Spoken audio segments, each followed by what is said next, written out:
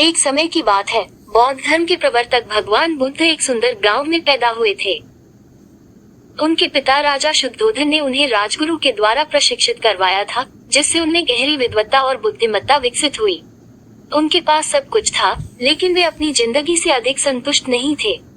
उन्हें व्यक्तिगत आनंद और शांति की तलाश थी। एक दिन वे अपने राजमहल से बाहर निकलकर गांव की सड़कों पर घूमने लगे। उन्हें आम जनता के साथ बिताए गए समय में एक संयोगवश एक वृद्ध व्यक्ति मिला। वह व्यक्ति अत्यंत गरीब दिखता था और उसके पास कुछ भी नहीं था, लेकिन उसके चेहरे पर खुशी की किरणें थीं।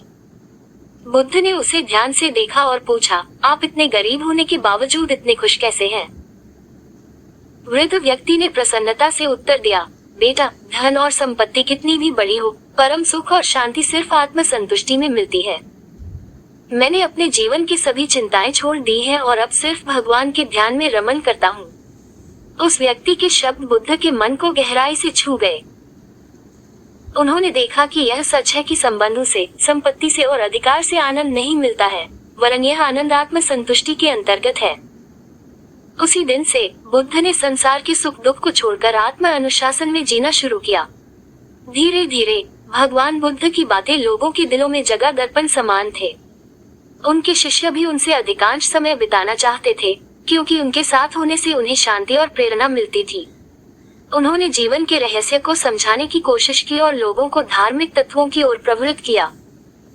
इस छोटे से गांव के संसार को बदलने वाले उनके संदेशों ने लाखों लोगों को सही मार्ग पर चलने के लिए प्रेरित किया। उनके उपदेशों ने आत्मविकास, शांति और एकांत की प्राप्ति का मार्ग प्रशस्त किया। इस कहानी से हमें ये सीख मिलती है कि सच्चा आनंद और प्रगति व्यक्तिगत आनंद में है। बाह्य समृद्धि वाले बाहरी सुख से हमेशा संतुष्ट नहीं रहा जा सकता। हमें अपने अंतरंग विकास पर ध्यान केंद्रित करने की आवश्यकता है और सच्चे आनंद के लिए स्वयं को साधना में लगाना चाहिए। इस प्रकार हम भगवान बुद्ध की इस कहानी से अपने जीवन में सकारात्मक